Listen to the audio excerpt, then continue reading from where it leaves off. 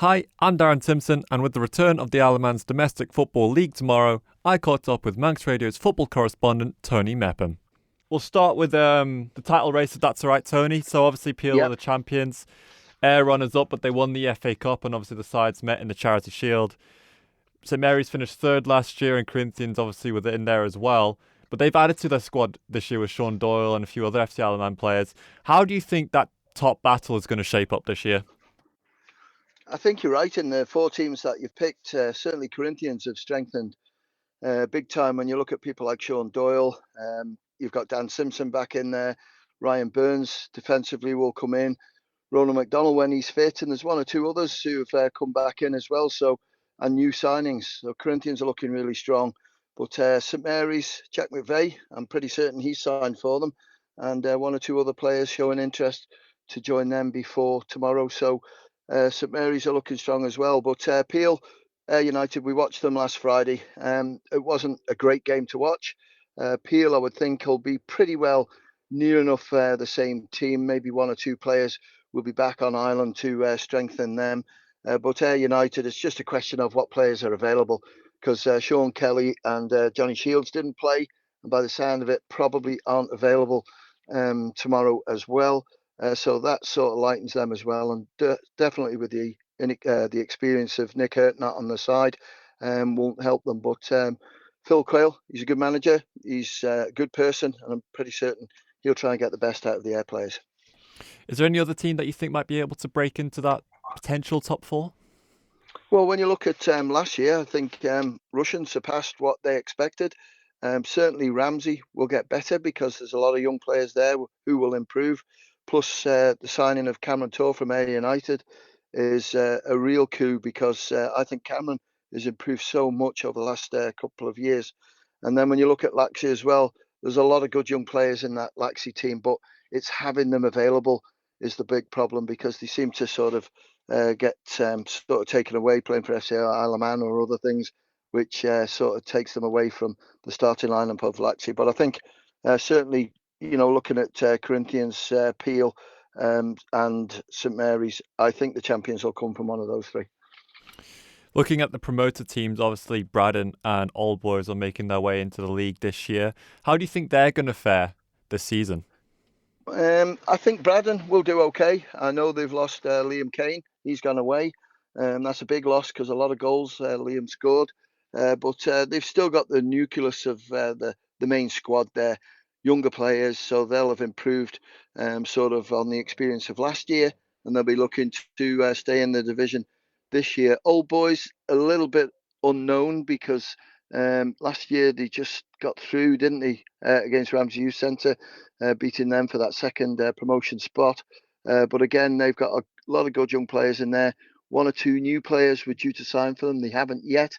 But the one I'm looking at the moment where I'd be a little bit concerned is Foxdale. I think with losing the firepower that they have, Jason Charmer, Lee Gale, I think Foxdale are under a bit of pressure to remain in the league.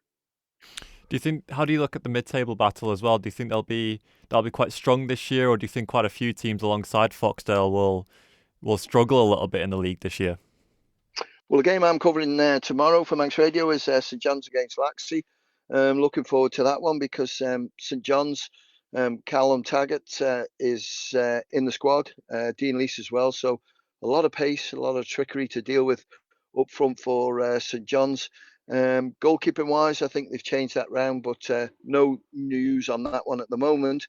But St John's are still capable of sort of mixing it with the big boys, and Laxey I don't think will be far away.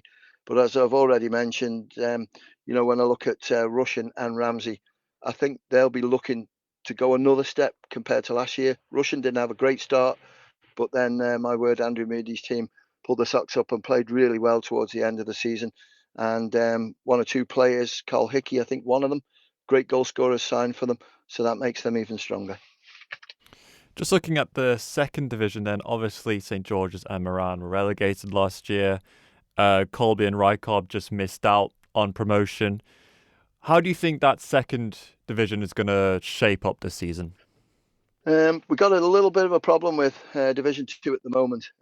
We knew Douglas Athletic last week indicated to us that they only had one team this season, and it was going to be a combination team. Yesterday, it was confirmed that two more teams have pulled out of Division 2, and that's Jim's and Michael. So they'll have combination 2 teams only. So that's a little bit of information that's only come through in the last sort of 12 hours.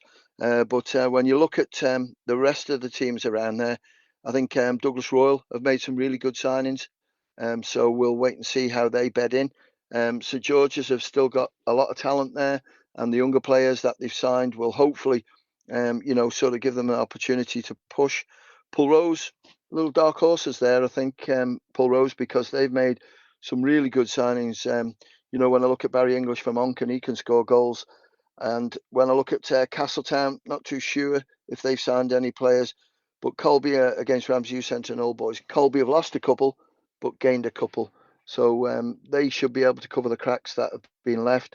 And I think Division 2 is going to be a right old battle. But we're looking at the Division 2 now at the moment, because with only sort of 10 teams in there now, with losing 3, it only gives them 18 games. So we're just going to have a look at it and see if we can come up with any ideas. But at the moment, that's still being discussed, and we'll hopefully try and get some information out to the clubs over the weekend. What information what else have you received from there? Is there any reason why these teams have struggled to put sides together for this year? What's gone on there, really? Well, lack of players, really. Jim's only had one team last year. This year, they've done really well pre-season, but the numbers are light. And, I think the age band on them is young, so inexperienced. So that's Jim's reason. So that's fine. Our job at the Alaman FA is to make sure that every club has the opportunity to survive. And, you don't want to put them under pressure by playing in Division 2, because players are probably going to leave anyway if they know the strength of that team. Michael United, as you probably remember last season, they lost 10 players at the start of the season. They recovered well, but this year the numbers are still not enough for them to have 2 teams. And Douglas Athletic as well, they're just waiting for the juniors to come through. I think they've got something like 70 or 80 junior players, and they're gradually getting older. Some are getting close now to possibly playing senior football, and then they can press the restart button and hopefully start having 2 teams out. But the FA have accepted it. We have no choice, really. 3 teams under pressure quality wise, and they've just plumped for playing in combination 2. Yeah, not exactly what you want to hear going into the new season, is it? No. Is there anything else you would like to mention, Tony, about the season coming up?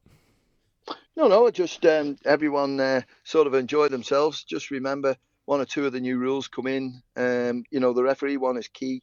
We're light on referees this season, so everyone needs to, show respect to the referees. I know it can be frustrating for them if a decision doesn't go their way, but 9 times out of 10, the referees get it right, and they just remonstrate and end up getting sent off or whatever. So we're trying to clean that section up if we can, and hopefully all the players will stay fit, enjoy themselves, and then the players who maybe are thinking about coming back into football will come back in, and make the league even stronger than it was last season. Yeah, hopefully we'll have a good season. Thank you very much, Tony.